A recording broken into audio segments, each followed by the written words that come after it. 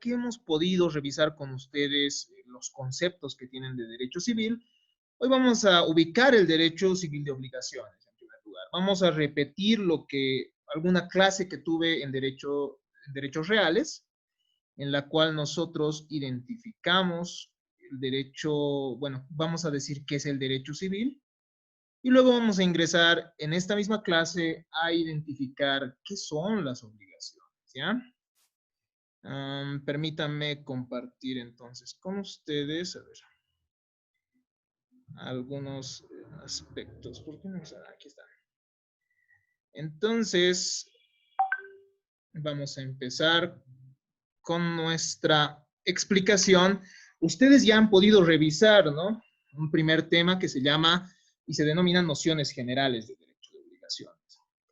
Pero para comprender lo que es el derecho de obligaciones, nosotros tenemos que ubicarla dentro del derecho. Ustedes hasta la fecha han revisado las asignaturas de Derecho Civil Personas y Derecho Civil Derechos Reales, ¿no? El derecho Civil 1, es decir, la asignatura de Derecho Civil 1, implica el desarrollo del inicio y fin de la personalidad y de los derechos inherentes a la persona por el solo hecho de ser tal, ¿no? Ustedes han debido revisar varias teorías, han debido revisar qué derechos son los denominados derechos de la personalidad, entre los cuales estará el honor, estará el derecho a la imagen, el derecho, qué sé yo, el derecho a la vida, el derecho a la libertad, el derecho a la actividad física, como lo llaman, etcétera, etcétera, etcétera, ¿no? Han debido ver ahí el tema del domicilio, el tema del nombre, el tema de la identidad, ciertos aspectos que terminan demostrando o estableciendo ciertas características que determinan que una persona es una y no otra diferente. Entonces, eso se lleva en un primer momento. Posteriormente, ustedes han ingresado a la asignatura de derechos reales, en la cual ustedes han podido analizar la relación que tiene el sujeto con las cosas, ¿no? En un principio, cuando se analiza la materia de derechos reales, se establece que que el mundo está conformado por personas y por cosas. Es así que se inicia un análisis de las teorías del patrimonio. Posteriormente ingresamos a distinguir entre cosas y bienes. Luego nos notamos que bienes y cosas no tienen gran diferencia. Según los códigos se usan indistintamente. Se ve que los bienes se van clasificando para el derecho, para ir sosteniendo la teoría del derecho, la teoría del derecho civil. Se van clasificando los bienes, ¿no? En bienes inmuebles, bienes muebles, bienes corpóreos, bienes incorpóreos, bienes fungibles, bienes no fungibles, bienes divisibles, bienes indivisibles, bienes públicos, bienes privados, etcétera, etcétera, etcétera. Entonces nosotros vamos analizando eso. ¿Para qué? Para ver después qué derechos se puede tener sobre las cosas, ¿no? Y ahí es donde ustedes han analizado los derechos reales sobre cosa propia, dentro de los cuales están la posesión, la propiedad, copropiedad, propiedad horizontal. Además tenemos dentro de estos el derecho de superficie, ¿no? O el derecho a construir, que han debido revisar también. Se analiza posteriormente, además de los derechos reales sobre cosa propia, los derechos reales sobre cosa ajena. Ahí se analiza el usufructo, en el cual se puede evidenciar que hay un usufructuario y un nudo propietario. La servidumbre, en el cual podemos analizar que existe un titular de un fondo sirviente y de un fondo dominante, ¿no? Se puede evidenciar también el uso y la habitación, que son otros derechos que ya no están ya no son tan, digámoslo así, ya no tienen trascendencia práctica el día de hoy, pero que un abogado podría llegar a utilizarlos según las circunstancias, ¿no? En algún momento. Y de hecho son derechos que vienen, son institutos jurídicos que vienen desde el derecho romano, ¿no? Después se analiza un tema que está muy relacionado, en realidad todo el derecho civil está relacionado entre sí, ¿no? Vamos a ver por qué. ¿Por qué? Porque tenemos los derechos reales de garantía, ¿no? Que son, como ustedes han debido ver, son derechos accesorios, ¿no? La hipoteca, la anticresis y la prenda se dividen en pignoraticios y no pignoraticios y son accesorios, nos dicen. Es una de las características de estos derechos reales de garantía. ¿Por qué son accesorios? Porque lo principal es el derecho de crédito que tiene una persona. Es decir, es una creencia que tiene, ¿no? Esther, por ejemplo, me debe, digamos, o bueno, a ver, Esther puede ser la propietaria de un determinado bien, y yo puedo ser, o también denominado deudor anticresista, y yo puedo ser el acreedor anticresista que va a entrar en el bien. ¿No ve? Lo principal en la anticresis, ustedes ya han debido vivir, ¿no? Alguna vez esto de la anticresis, alguno de sus familiares ha vivido en anticresis. ¿Qué es lo que pasa? Una persona ingresa a un determinado bien y da un monto de dinero, ¿no ve? Pero en realidad, ¿qué es lo que está pasando en la anticresis? Eso es lo que hablaba yo con mis estudiantes cuando les explicaba. En realidad, lo principal es una deuda. En realidad, ¿qué está pasando? En realidad, ¿qué es lo que sucede? Esther, yo le estaría prestando dinero a Esther en la anticresis. Yo le estaría prestando dinero a Esther y ella estaría entrando a vivir como garantía para la devolución de su dinero. Entonces, por eso se dice que este derecho real es accesorio, ¿ya? Eso es lo que acontecería. Tenemos también, por ejemplo, el derecho de prenda. Cuando nosotros tratamos el derecho de la prenda, ¿qué es lo que sucede? Es pignoraticio, ¿no? Yo doy mi celular a una persona como garantía para que, para garantizar una determinada deuda, ¿no? Es decir, una creencia. Y eso es lo que vamos a analizar, estos derechos principales en la materia de obligaciones, ¿ya? En la asignatura de obligaciones. Es así que ingresamos posteriormente a la asignatura de obligaciones, que es la que nos incumbe en este semestre. El derecho de obligaciones, mis estimados estudiantes, se encuentra como parte del derecho civil. Pero, ¿qué es el derecho civil, no? Se les preguntaba a ustedes y me decían, el derecho civil es una rama del derecho privado que se encarga de regular las relaciones jurídicas de carácter civil. Pero si se dan cuenta, esta es una definición algo imprecisa. Entonces, uno tiene que formar su propia definición. Para esto, nosotros acudimos al género próximo, eso que les había enseñado con Aristóteles, ¿no? Y tenemos que buscar dónde está el derecho civil, ¿no? Y el derecho ha sufrido, no ha sufrido, digamos, ha tenido o ha sido analizado desde diferentes perspectivas. El derecho ha sido dividido en un primer momento entre derecho privado y derecho público, esto desde el derecho romano inclusive, ¿no? Esto desde Cicerón. Cicerón ya decía que el derecho civil, el derecho se podía dividir en jus publicum y jus privatum. ¿No ve? Esa es una primera división. Y ustedes ya han debido analizar cuándo forma parte del derecho interno y del derecho externo, ¿no? Según se desarrollan las relaciones jurídicas dentro de un determinado estado o fuera del mismo. Entonces, esa es la primera división. Una segunda división, mis estimados estudiantes, mantiene el derecho público y el derecho privado, pero crea además una tercera rama, que es el derecho social, ¿no? Dentro del derecho social, algunos han incluido al derecho de trabajo, derecho de seguridad social, han incluido al derecho de familia, al derecho agrario. Entonces, se considera al padre del derecho social a Gustav Radbruch, un eminente filósofo que, bueno, que se ha caracterizado o bueno, que es catalogado como jus naturalista, ¿no? Entonces, esta es una segunda perspectiva. Una tercera perspectiva que nosotros le encontramos en Hans Kelsen es aquella que nos dice, bueno, la división entre derecho público y privado no existe, porque al final todo emana del Estado, es decir, toda norma emana del Estado. Entonces, no tendría sentido decir que el derecho, eh, que el derecho privado, o sea, puede existir, es decir, un conjunto de reglas inherentes únicamente a los particulares, porque el Estado ya estaría dentro. Nosotros vamos a ver, al menos en la última parte de este primer tema, que existen ciertas tendencias del derecho de obligaciones, ¿no? Entre las cuales va a estar la protección de los económicamente débiles.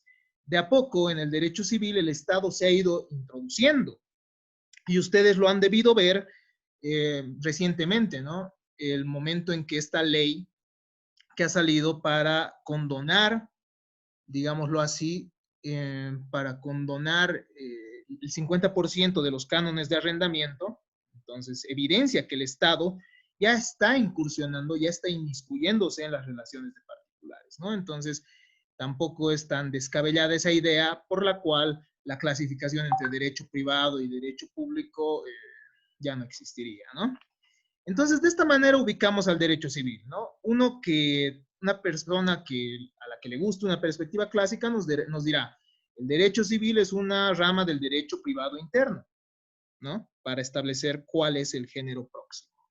O una persona que diga que el derecho en realidad no se divide en derecho público y privado y que al final esta no es una división válida, entonces nos dirá simplemente que el derecho civil es una rama del derecho, sin necesidad de decir del derecho privado interno, ¿no ve?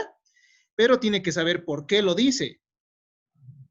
De esta manera, entonces, ya hemos llegado a decir que el derecho civil puede ser, ¿no?, una rama del derecho privado interno o simplemente una rama del derecho.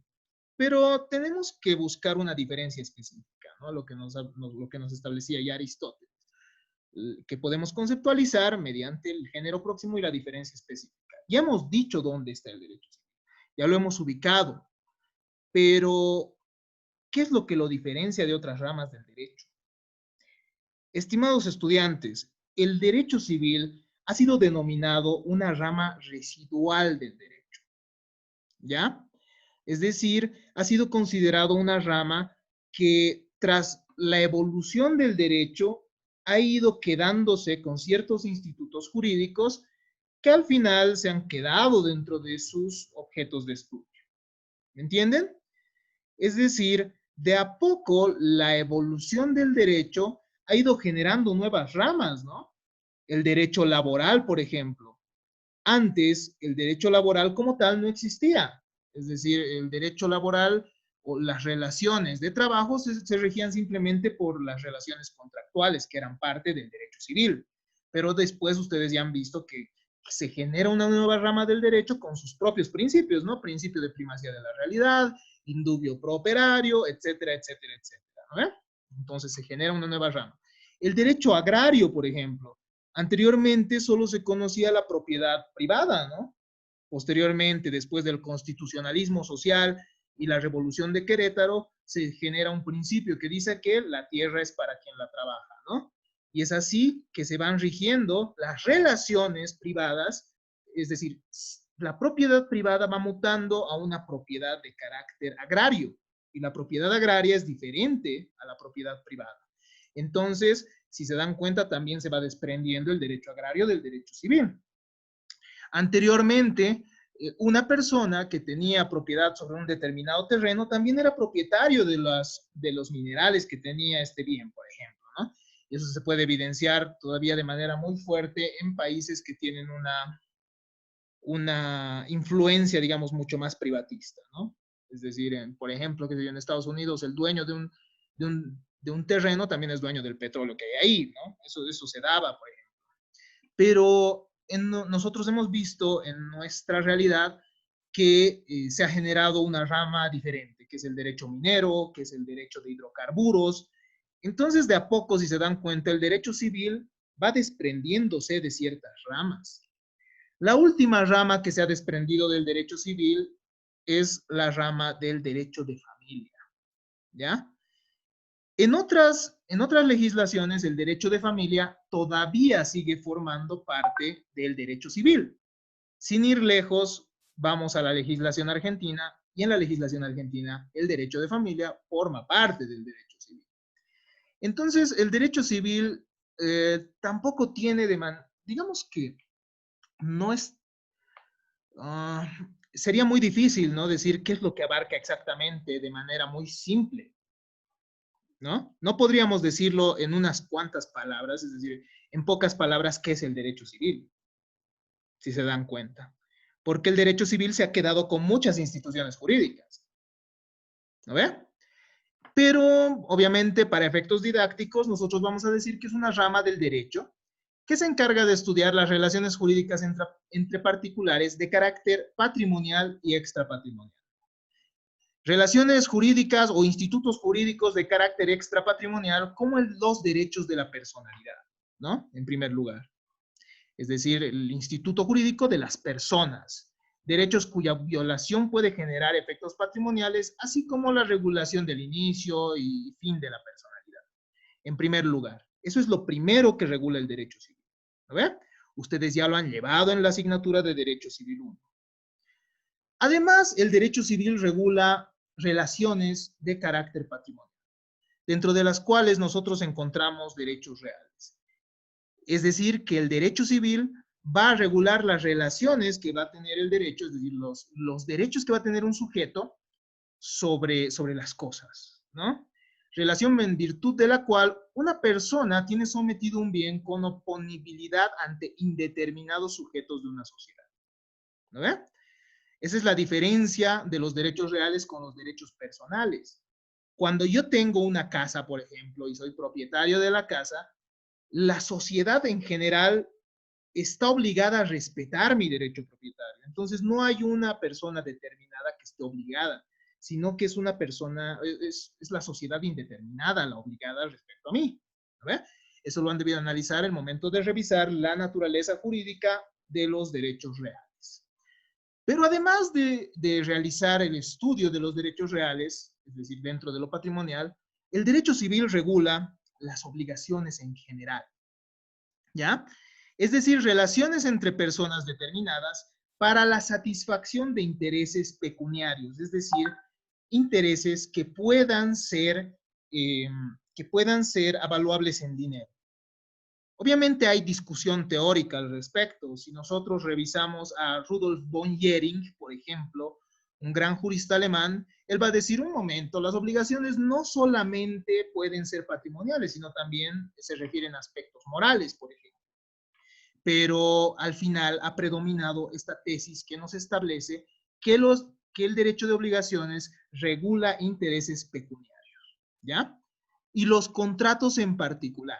¿Por qué? Porque las obligaciones, mis estimados estudiantes, no solo surgen de los contratos, ¿ya?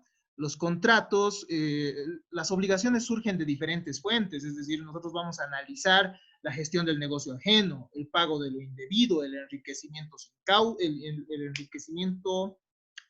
sin causa. Vamos a analizar la declaración unilateral de voluntad y el hecho ilícito. Es decir, que los contratos no son la única forma por la cual van a surgir obligaciones, ¿no? Puede suceder, por ejemplo, que alguna vez Esther le deba a una persona llamada Ronald Vargas y me pague a mí y yo en realidad en ningún momento he sido acreedor de ella. Eso se llama un pago de lo indebido. Y eso genera una obligación para que yo restituya ese dinero, ¿no? Entonces, esa es una forma, por ejemplo. O qué sé yo, ustedes han visto en teoría de la responsabilidad que una persona que vulnere el principio del neminem laedere, o también llamado alterum non laedere, es decir, no hacer daño al otro, puede ser responsable pagando daños y perjuicios por un hecho dañoso, ¿no ve? Esa es otra fuente de las obligaciones. Lo vamos a ver de manera rápida, eso debido a que ustedes ya han tenido una materia entera para analizar los sistemas de imputación subjetiva y sistemas de imputación objetiva, por los cuales se puede establecer que una persona deba resarcir o reparar el daño, ¿no?, que ha generado. Entonces, las obligaciones en general regula el derecho civil, pero además los contratos en particular. ¿Y qué son los contratos? Los contratos son un acuerdo de voluntades en virtud del cual dos o más partes acuerdan crear, modificar o extinguir una determinada relación jurídica, ¿no? Entonces, el contrato se va a caracterizar por el consentimiento entre las partes, el consentimiento entre las personas. Y finalmente, dentro de las relaciones jurídicas entre particulares de carácter patrimonial, el derecho civil va a regular el derecho de sucesiones, es decir, la transmisión de los bienes por causa de muerte. Y esto es lo último que van a analizar después de revisar la asignatura de contratos ustedes. Pero además el derecho civil no se queda ahí, sino que también regula cómo se protegen los derechos jurisdiccionales. Ustedes han debido analizar, por ejemplo, en derechos de la personalidad, la impugnación del nombre, ¿no? ¿Qué pasa si una persona está usando de mala manera nuestro nombre? Entonces, ¿cómo lo hacemos? ¿Cómo protegemos ese nombre? O también han debido ver en derechos reales que hay ciertas acciones para defender la posesión, para defender la propiedad. Han debido ver la acción confesoria para poder por ejemplo, hacer valer una servidumbre aparente. ¿No ve? Cuando hay una servidumbre aparente, uno la hace valer mediante la acción confesoria. Eso es lo que se va estudiando también en el derecho civil. ¿Por qué? Porque sencillamente, a ver, ¿qué diríamos? El derecho como tal sería simplemente una declaración lírica si no tuviera un mecanismo para defenderlo. Entonces, nosotros analizamos también las acciones, ¿no? Es decir, las acciones que pueden llegar a proteger los derechos. Y esto se va a complementar con la asignatura de Derecho Procesal Civil posteriormente. Entonces, si tenemos que definir el derecho civil, nosotros tenemos que hacer alusión a todo esto, estimados estudiantes. Si nosotros decimos el derecho civil es una rama del derecho privado que se encarga de regular relaciones civiles, el concepto o la definición lamentablemente es insuficiente, ¿no? Entonces nosotros, si es que nos dicen, a ver, ¿qué podría ser el derecho civil? Nosotros tendríamos que manifestar de la manera más clara posible que el derecho civil es una rama del derecho que se encarga de regular institutos jurídicos o relaciones entre particulares que se refieren concretamente a los institutos de personas, en primer lugar, al Instituto de Derechos Reales, obligaciones en general y contratos en particular, así como la sucesión por causa de muerte y la protección jurisdiccional de los derechos. Eso es el derecho civil. De esa manera hemos podido definir lo que es el derecho civil y como ustedes han podido ver, dentro de esta asignatura se encuentran las obligaciones, que posteriormente han sido estudiadas por una rama del derecho civil que se llama la teoría, o que ha sido llamada teoría general de las obligaciones, ¿no? ¿Qué es la teoría general de las obligaciones? La teoría general de las obligaciones, mis estimados estudiantes, es un conjunto de reglas, implica un conjunto de reglas y principios que van a buscar estudiar la estructura del derecho de las obligaciones, van a buscar explicar esta estructura.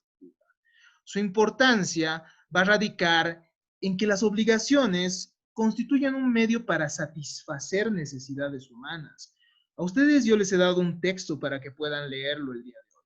Y ustedes han visto que las obligaciones son un medio, son un, ¿cómo diríamos? Son un mecanismo o un medio por el cual nosotros vamos a satisfacer nuestras necesidades, ¿no?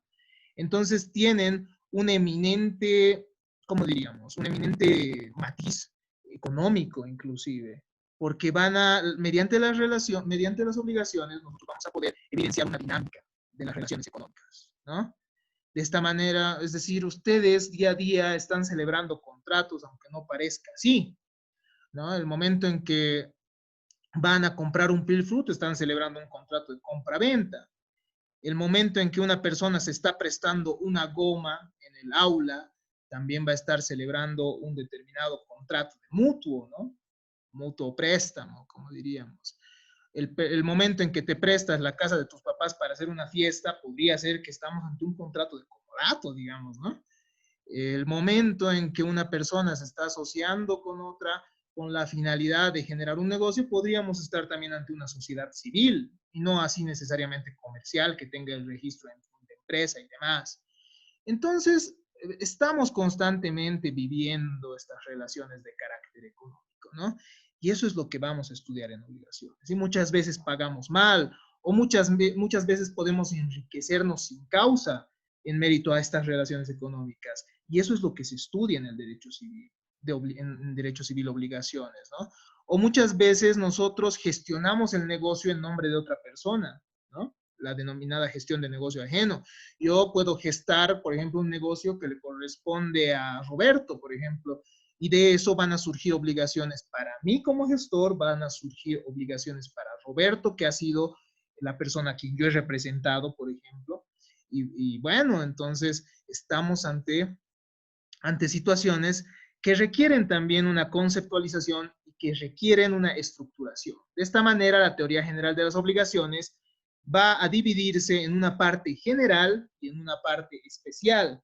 En la parte general vamos a analizar el concepto de las obligaciones, lo que estamos haciendo de a poco. Vamos a revisar los conceptos inherentes a la misma, así como los efectos que genera la obligación y su extinción, ¿no?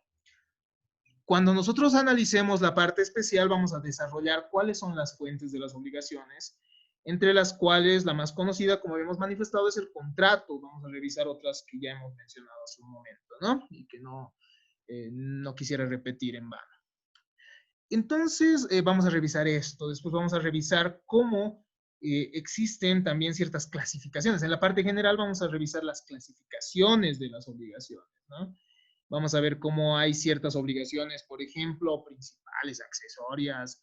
Hay ciertas obligaciones instantáneas, es decir, que se cumplen en el mismo momento o que se pueden cumplir posteriormente, digámoslo así, de manera sucesiva en el tiempo, etcétera, etcétera. Entonces, una vez que nosotros hemos revisado qué es la teoría general de las obligaciones, qué es el objeto de nuestro estudio, eso es lo que vamos a estudiar y vamos a ir analizando con casos prácticos también para que ustedes los puedan resolver. Vamos a ver qué es la obligación, ¿no?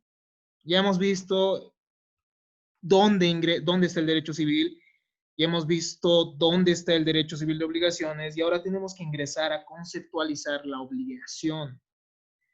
Pero, ¿qué es la obligación? El día de ayer ya les había adelantado algo, ¿no? La obligación significa un ligamen, una atadura o un vínculo, ¿no? Eso es lo que nos va a manifestar el señor Inestrosa. Desde su raíz etimológica podemos evidenciar esto, ¿no? La raíz etimológica es obligatio, obligare, ob, que significa por causa de, a causa de, en razón de, y ligare, que significa ligar, atar o reatar, que también puede ser ligatio, ¿no? Entonces, la obligación, en el significado de su palabra, significa que ligar en razón de algo, ligarse a causa de algo. Citando a Inestrosa, nosotros podemos decir que la obligación es una relación que se va a suscitar entre dos personas, ¿ya? Entre dos personas determinadas o determinables, nos dicen, ¿no? El texto de Luna cuando realiza ciertas conceptualizaciones, que me parece acertado, en razón de la cual un sujeto activo se va a denominar acreedor. Y este acreedor va a esperar un determinado comportamiento, la colaboración de otra persona, y esta colaboración, esta conducta se va a llamar prestación. Una prestación que va a ser útil para el acreedor y va a ser susceptible de valoración pecuniaria, de parte y a cargo de otro sujeto, ¿no? El sujeto pasivo, que es denominado deudor. Y este se va a encontrar por lo mismo en la necesidad de ajustar su conducta al contenido del nexo que va a existir entre ellos, bajo pena de quedar expuesto a padecer una ejecución forzada en caso de incumplir, ¿no? O sea, que alternativamente va a tener que realizar la prestación a la que se ha obligado o la prestación que surge como una obligación o su equivalente en dinero, además de resarcir los daños y perjuicios, ¿no? Y esto mediante una vía judicial, ¿ya? Entonces, esa es la obligación. Ese es el concepto de una relación obligatoria.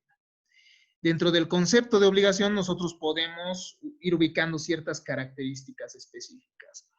La obligación necesita que exista un deudor. Si bien no determinado, mínimamente determinable. Y eso ustedes lo han visto al momento de revisar el texto que se les ha asignado, ¿no?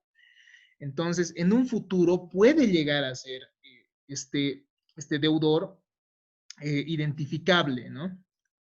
Esto lo vamos a analizar en un momento más con algunos ejemplos si no ha quedado claro.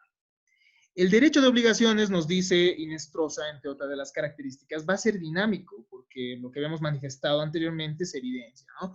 Mueve dinero, mueve mercancías. Existen dentro de la relación obligatoria dos posiciones correlativas, dos situaciones jurídicas, podríamos decirlo. Un derecho que se puede convertir en pretensión si se incumple. Es decir, el acreedor tiene derecho a que el deudor realice una prestación de dar, hacer o no hacer. ¿No ve? Dar, por ejemplo, lo que han visto en derechos reales, ¿no? Cuando se realiza una compraventa, el deudor tiene que entregar un determinado bien, ¿no ve? Si yo compro un celular, me tienen que entregar el celular. La prestación de dar implica no solo la entrega del bien, sino también la restitución. Por ejemplo, si yo presto mi celular a alguien, ese es un contrato, ¿no? Pero él me tiene que devolver posteriormente el celular. Entonces, eso es también una prestación de dar, es decir, el restituir, según lo ha establecido la doctrina española. También tenemos prestaciones de hacer y de no hacer.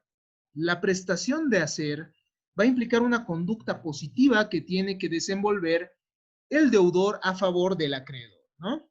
Qué sé yo, me voy a casar, por ejemplo, imaginemos, y voy a contratar una banda o un grupo de cumbia, ¿no? Para que toque mi matrimonio. Entonces, en ese momento, existe una obligación de hacer. O puede darse mediante obligaciones de no hacer, ¿no? Es decir, mediante abstenciones o actitudes negativas por parte del deudor. Es decir, puede acontecer aquello. Por ejemplo, ya usted mediante un contrato se compromete a no vender el bien. Ustedes han debido ver que el propietario puede, ¿no ve?, comprometerse a no vender su bien. Eso han debido revisar en la materia de derechos reales.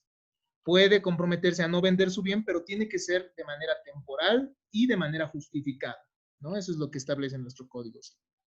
Entonces, implica un derecho, ¿no? En primer lugar. Pero además implica una deuda, es decir, está expuesto a que los poderes, a poderes extraordinarios del acreedor. Es decir, que el acreedor, en un primer momento existe una relación deudor y acreedor, ¿ya?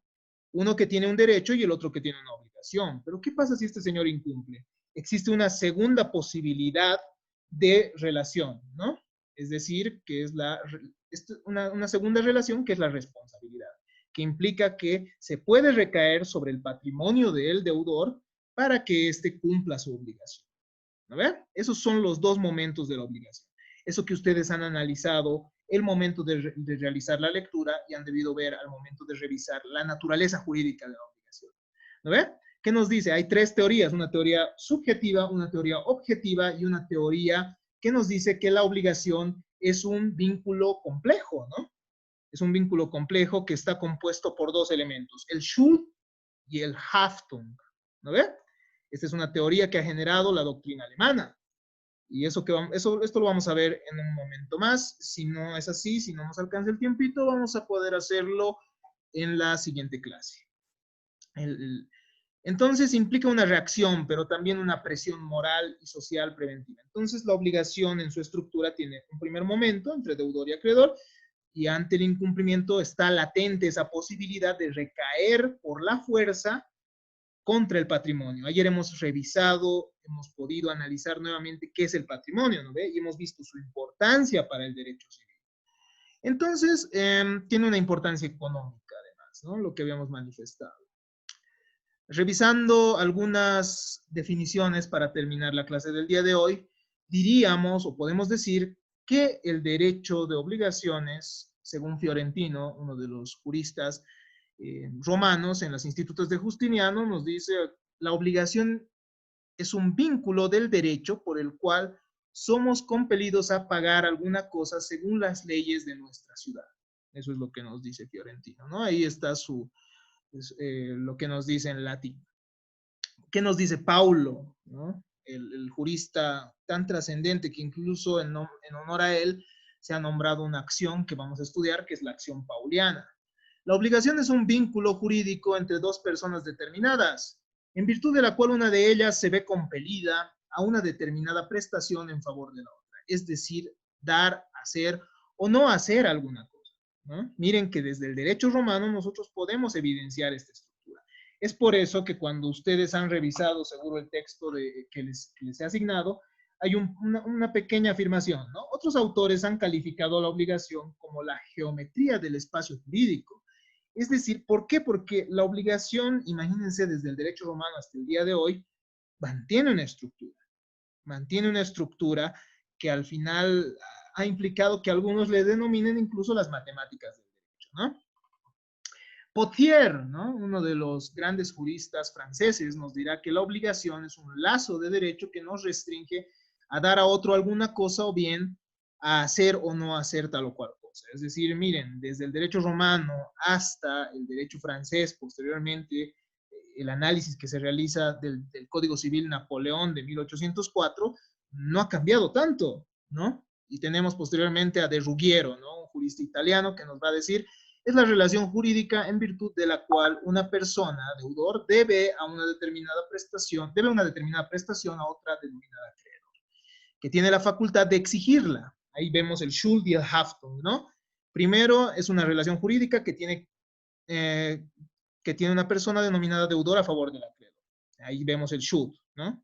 Esa primera relación, que tiene la facultad de exigirla posteriormente, constriñendo a la primera a satisfacerla. Incluso puede entonces posteriormente hacerlo por la fuerza, ¿no? De ahí la importancia del patrimonio que habíamos analizado el día de ayer. Entonces, de esta manera nosotros